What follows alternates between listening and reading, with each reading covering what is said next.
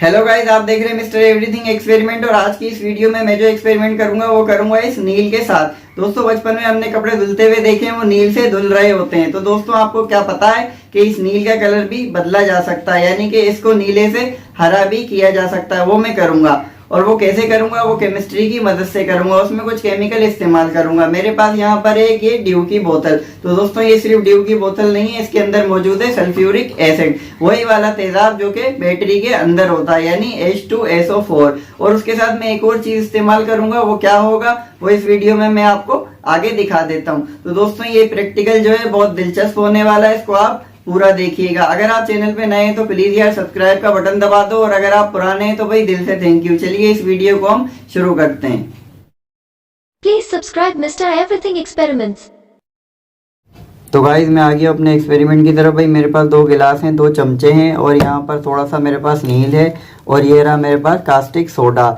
और एक और भी चीज़ है, वो क्या है वो आपको मैं पहले ही बता चुका हूँ, सल्फ्यूरिक एसिड यानी बैटरी वाला तेजाब। तो गाइज, मैं क्या करता हूँ, सबसे पहले सल्फ्यूरिक एसिड को ले लेता हूँ। सल्फ्यूरिक एसिड को मैं डालता हूँ इसमें, यानी कि H2SO4। ये देखिए गाइस, ये सल्फ्यूरिक एसिड है, पानी की तरह दिख रहा है, बैटरी के अंदर होता है। ये मैंने थोड़ा सा ले लिया है। अब गाइस, मैं सिंपली पानी लेता हूँ।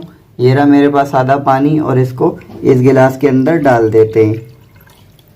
तो गाइस, अब देखिए, एक गिलास के अंदर पानी है मेरे पास, और एक गिलास के अंदर सल्फ्यूरिक एसिड है। अब ये मेरे पास नील की बोतल है।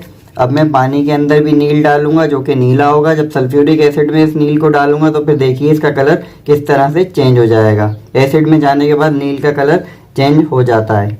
तो गाइस, ये देखें, ये पानी के अंदर मैंने इसका ये 2 कतरे डाल दिए। अब मैं इसको सल्फ्यूरिक एसिड के अंदर डालता हूँ।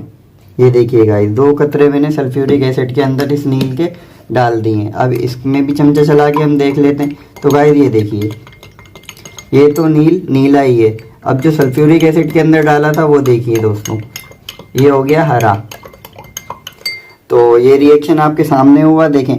सिंपली पानी में लिया मैंने तो ये हरा था, सिंपली पानी में लिया मैंने इसको तो ये नीला था, और सल्फ्यूरिक एसिड के अंदर इसको मैंने डाला तो ये हरा हो गया। तो दोस्तों, अब ये इस हरे को मैं अगर बेस से मिला दूं, यानी कि ये एसिड था, अगर बेस में डाल दूं, बेस भी इसके अंदर मिला दूं, तो फिर गाइस ये रिएक्शन उल्टा हो जाएगा, यानी कि बेस जो है एसिड को न्यूट्रल कर देगा। और न्यूट्रल करने की सूरत में क्या होगा, नील जो है मेरा दोबारा से नीला हो जाएगा, क्योंकि नील एसिड के साथ रिएक्शन करने के बाद हरा हो गया है। तो गाइस, अब मैं इसके अंदर इसको जो है बेस से मिला देता हूँ। अब मेरे पास बेस यहाँ पर क्या है, वो ये है, ये रहा मेरे पास सोडा। तो गाइस, अब इसके अंदर हम डालते हैं कास्टिक सोडा, और फिर देखते हैं कि नील जो है हमारा दोबारा से न्यूट्रल होने के बाद, यानी कि एसिड को न्यूट्रल करने के बाद दोबारा नीली सूरत में आता है या फिर नहीं आता। तो गाइस, अब ये आप देखिए, इसका केमिकल फॉर्मूला है NaOH। ये वही कास्टिक सोडा है जो कि कपड़े वगैरह की धुलाई में इस्तेमाल होता है। अब ये 1 चमचा मैं इसके अंदर डालता हूँ। अब इसमें झाग भी उठेंगे, क्योंकि ये इसको न्यूट्रल करेगा। न्यूट्रल करने के बाद क्या चीज़ बन जाती है गाइस, वो मैं आपको बता देता हूँ। सोडियम सल्फेट और पानी बनता है। अगर इसको अगर मैं H2SO4 यानी कि बैटरी वाले तेजाब सल्फ्यूरिक एसिड से मिला दूँ तो।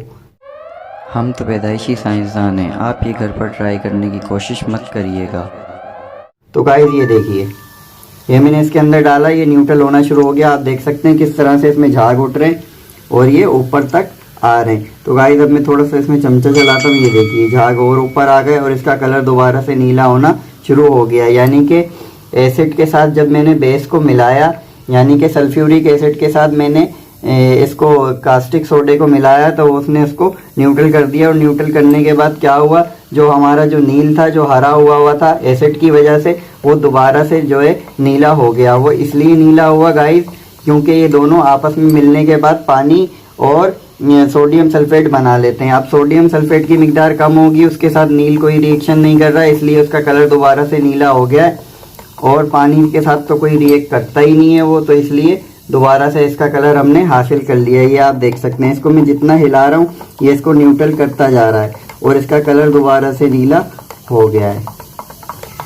तो गाइस देखें, इसको सिंपली पानी में मैंने डाला तो कुछ नहीं हुआ, नील ने उसको नीला कर दिया। जब उसको मैंने एसिड के साथ मिलाया तो उसने उसको नीला करने के बजाय हरा कर दिया। जब मैंने उसको न्यूट्रल किया तो इसका कलर दोबारा हमें हासिल हो गया। ये देखें, ये दोबारा से नीला हो चुका है।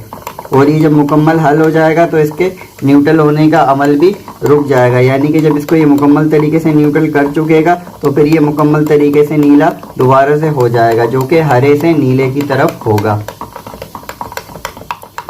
तो गाइस ये वाला जो एक्सपेरिमेंट था आज का, ये फुली तौर पे जो है केमिस्ट्री की तरफ से था, यानी कि इसमें फिजिक्स इस्तेमाल नहीं हुई, इसमें केमिस्ट्री हमने इस्तेमाल की। तो अब आप देख सकते हैं ये दोनों चीज़ें जो है अपनी अपनी जगह पे नीली हो गई हैं। ये वाला जो था मेरे पास सल्फ्यूरिक एसिड था और ये जो था ये सिंपली पानी था। गाइस तो अब क्या करता हूँ, मैं इसके अंदर थोड़ा सा और सल्फ्यूरिक एसिड डालता हूँ और उसके बाद हम इसमें मज़ीद कास्टिक सोडा डालेंगे। जब एसिड और बेस दोबारा से मिलेंगे, वो आपस में एक दूसरे को न्यूट्रल करेंगे, तो फिर आप देखिएगा किस तरह से मज़ीद झाग उठते हैं, तो थोड़ा सा अच्छा नज़ारा होता है, इसलिए मैं ऐसा दोबारा कर रहा हूँ।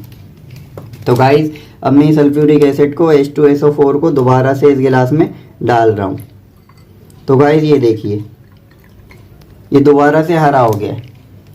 तो देखा आपने, क्योंकि इसके अंदर जब कास्टिक सोडा था उसने इसको न्यूट्रल कर दिया था, तो इसलिए जो है ये नीला हो गया था, नीला हो गया था क्योंकि वो न्यूट्रल हो चुका था। अब दोबारा हरा इसलिए हो गया क्योंकि इसमें हमने दोबारा से एसिड डाल दिया है। अब मैं दोबारा इसमें कास्टिक सोडा डालूंगा तो यकीनन ये फिर से नीला हो जाएगा। तो दोस्तों अब मैं इसमें कास्टिक सोडा डालूंगा तो अब इसमें जगह नहीं है, इसलिए झाग जो है उबल के बाहर तक आएंगे, बाहर तक गिरेंगे। तो दोस्तों ये भी हम करके देख लेते हैं। इसके अंदर भी मैं मज़ीद पानी डाल लेता हूँ तो क्या, ताकि आप देख सकें कि इसके अंदर कुछ भी नहीं होता। ये देखें, तो नीली था तो ये नीला ही है, ये मुकम्मल तौर से नीला है और ये हरा हो चुका है। अब जब मैं इसमें कास्टिक सोडा डालूंगा तो ये दोबारा से नीला होगा, मगर रिएक्शन की सूरत में झाग इसके बाहर आएंगे। तो दोस्तों अब मैं दोबारा से कास्टिक सोडा इसके अंदर डाल रहा हूँ।